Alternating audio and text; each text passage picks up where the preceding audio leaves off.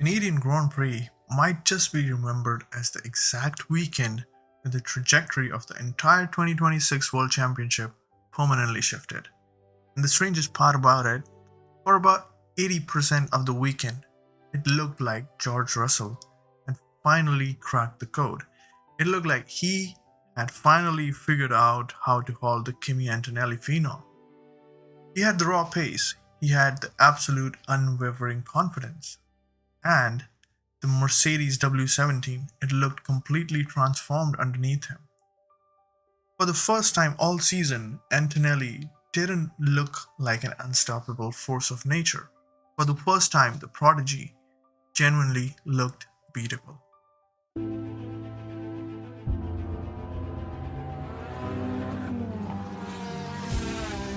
Perez goes off the track, off goes Leclerc, through goes Hamilton!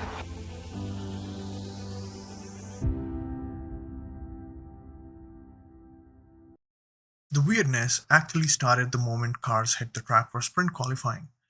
Out of absolutely nowhere, Isaac Hadjar, he topped Q2. A plot twist I don't think a single soul in the paddock saw coming. But right behind the chaos, Mercedes, they immediately asserted themselves as the class of the field. Throughout the entirety of the final session, Russell and Antonelli were separated by margins so razor thin they were practically invisible.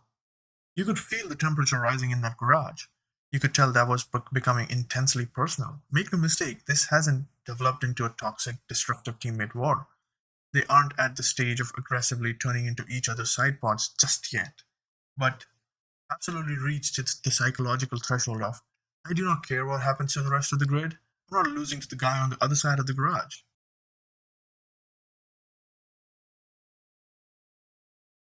And when the lights went out for the sprint, we witnessed the exact moment George Russell. He started believing he could actually swing the momentum of this championship back in his direction. Because this wasn't a victory handed to him by some lucky safety car or an algorithmic strategy call. He beat Antonelli properly. It was a masterclass in pure, uncompromising race pace and an elite level defensive driving. And it's not like Antonelli made it easy for him. The teenager, he threw absolutely everything he had at the back of the Russell's car. Desperate late braking dive bombs into turn 1, relentlessly suffocating pressure throughout the chicanes. And at one point, he was literally bouncing over the grass, keeping his foot pinned to the floor, just to stay alongside. And in true modern Formula One fashion, the second Antonelli he realized he couldn't force his way past, he was immediately on the radio, pleading with his engineers to get the stewards involved. But the stewards let them race, and more importantly, Mercedes let them race.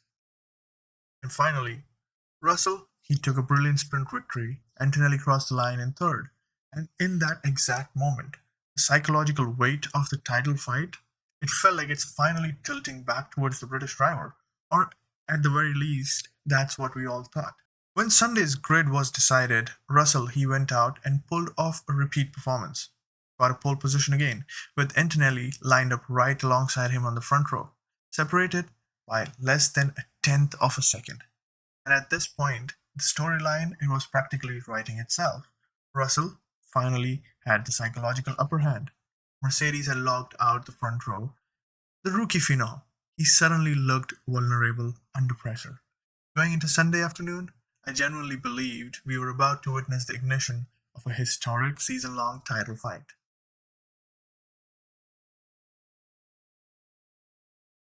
The Grand Prix itself was nothing short of an absolute masterpiece at the front of the field.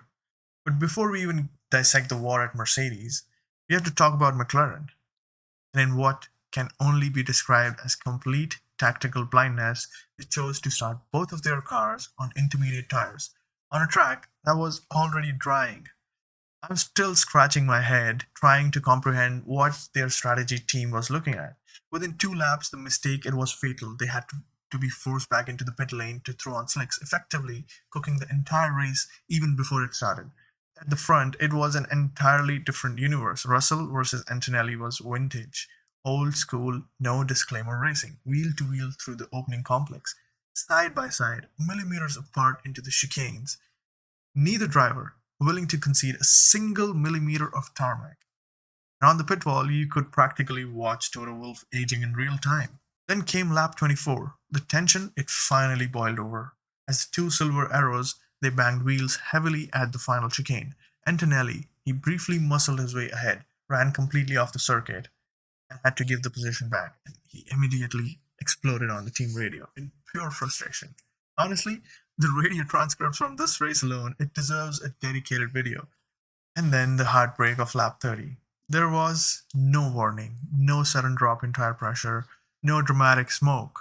Russell's engine simply died. The power unit switched off itself down the straightaway. The exact second Russell's voice cracked on the team radio, you knew exactly how dark and miserable the engineering room was going to be. Because this wasn't a standard mechanical retirement. This felt like the exact moment the 2026 World Championship it tilted definitely and perhaps irreversibly into Antonelli's hand. Yet, while all that chaos and heartbreak was tearing the front of the grid apart, we were treated to an absolute heavyweight rematch. Lewis Hamilton versus Max Verstappen. And honestly, we need to stop here and give Max his flowers here. Because despite ultimately losing the position, this was easily the single best drive we have seen from Verstappen all season. We know the story of Red Bull's 2026 campaign so far. The car has been incredibly tricky to balance. The power unit transition have been a headache, and Max hasn't hidden his vocal frustration with the state of these new regulations. But around the circuit, Gilles Villeneuve, Verstappen, he drove like man possessed, dragging that Red Bull into a podium fight it had absolutely no mathematical right to be in. For lap after lap, it was pure masterclass in defensive driving. Verstappen, he was placing his car perfectly at every single apex, building a literal fortress in front of the Ferrari, and managing his battery deployment like an absolute grandmaster. Every time Hamilton looked down the inside, Max, he was already there, shutting the door firmly but fairly. It was a fierce reminder to the entire paddock that even when the machinery under him is struggling, you can never count out Max Verstappen. But right behind him, Lewis Hamilton, he was executing his finest, most vintage performance since putting on the Ferrari red. This was a drive built entirely on psychological patience, precision, and meticulous tire management. He sat glued to Verstappen's gearbox for lap after lap, refusing to force a desperate low percentage move, simply waiting, probing, and adjusting his lines to find the ultimate tactical opening. The definitive move, lap 62 into turn 1. Hamilton, he sends it around the absolute outside of the Red Bull. It is the exact type of high risk, high reward maneuver that looks completely reckless until you somehow find the grip to pull it off. Hamilton, he made it stick. Max, having squeezed every single drop of life out of his tires and the hybrid system to hold him off for that long, finally he had to concede. P2 crossed the line for Hamilton, his best result of the season and a massive milestone for his chapter with Ferrari. Afterwards, you could hear the profound sense of relief washing over him on the cool-down lap. It clearly meant the world to him. And suddenly, the dynamic inside Maranello, it gets incredibly volatile because Lewis Hamilton has crawled right back up to Charles Leclerc in the driver's standing. That internal Ferrari battle is officially wide open. And behind that podium battle, the rest of the Grand Prix was absolute unadulterated madness. Franco Colapinto, he dragged a heavily compromised Alpine across the line to finish an incredible 6th. We aren't talking about a minor end plate blemish here. The car was structurally damaged for more than half of the Grand Prix distance. To bring that car home in P6 is an unbelievable achievement. That is now 2 massive statement making weekends in a row for him. He's making it impossible for the paddock to ignore him. Then we have Isaac Hadjar. I honestly still don't know what to make out of his driving style. But it was impossible to look away. The raw speed is undeniable. He topped Q2 on pure merit, but his race was chaos personified, picking up penalties, ignoring yellow flags, and nearly taking out Charles Leclerc clean out of the race during a hyper-aggressive defensive move. Yet he still crossed the line in 5th. The man drives every single corner like it is the absolute final lap of his motorsports career, and somehow, against all operational odds, Red Bull walks away with a stellar result because of it. As for McLaren, this was a weekend of absolute operational disaster. The wrong starting tires, the immediate reactive pit stops, and then cascading penalties. Oscar Piastri caught a penalty after heavy contact with Alex Albon, and Lando Norris was ultimately forced to retire the car with a catastrophic gearbox failure. One car stranded outside the points, one car a DNF. This is a race tape they will want to burn immediately. Now here's the truly terrifying reality regarding Kimi Antonelli. He doesn't actually need his rivals to collapse to win this championship. That is what makes his current form feel so dangerous for the rest of the grid. George Russell, he was flawless for the majority of this weekend. He was blisteringly fast. He outqualified the kid. He won the sprint, and he commanded the opening phase of the Grand Prix. Despite doing everything right, he still walked away with a massive deficit in points. That is psychologically brutal. Now, 5 races into the season, Antonelli has amassed 4 Grand Prix victories and a third place. That isn't just a strong start to a campaign, that is the statistical footprint of a historically dominant championship year. And he's executing this at just 19 years old, while simultaneously managing an intense psychological war against a highly experienced, deeply motivated teammate every single weekend. Can Russell mount a comeback? Mathematically, yeah, of course he can.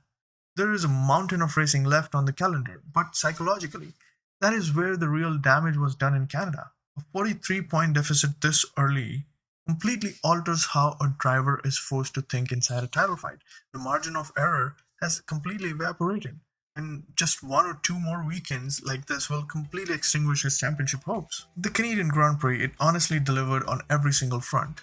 All-out Mercedes civil war, Lewis Hamilton finally finding his feet in Ferrari red, McLaren completely throwing away a weekend of immense potential, and a teenager who looks increasingly like he's cruising towards world championship.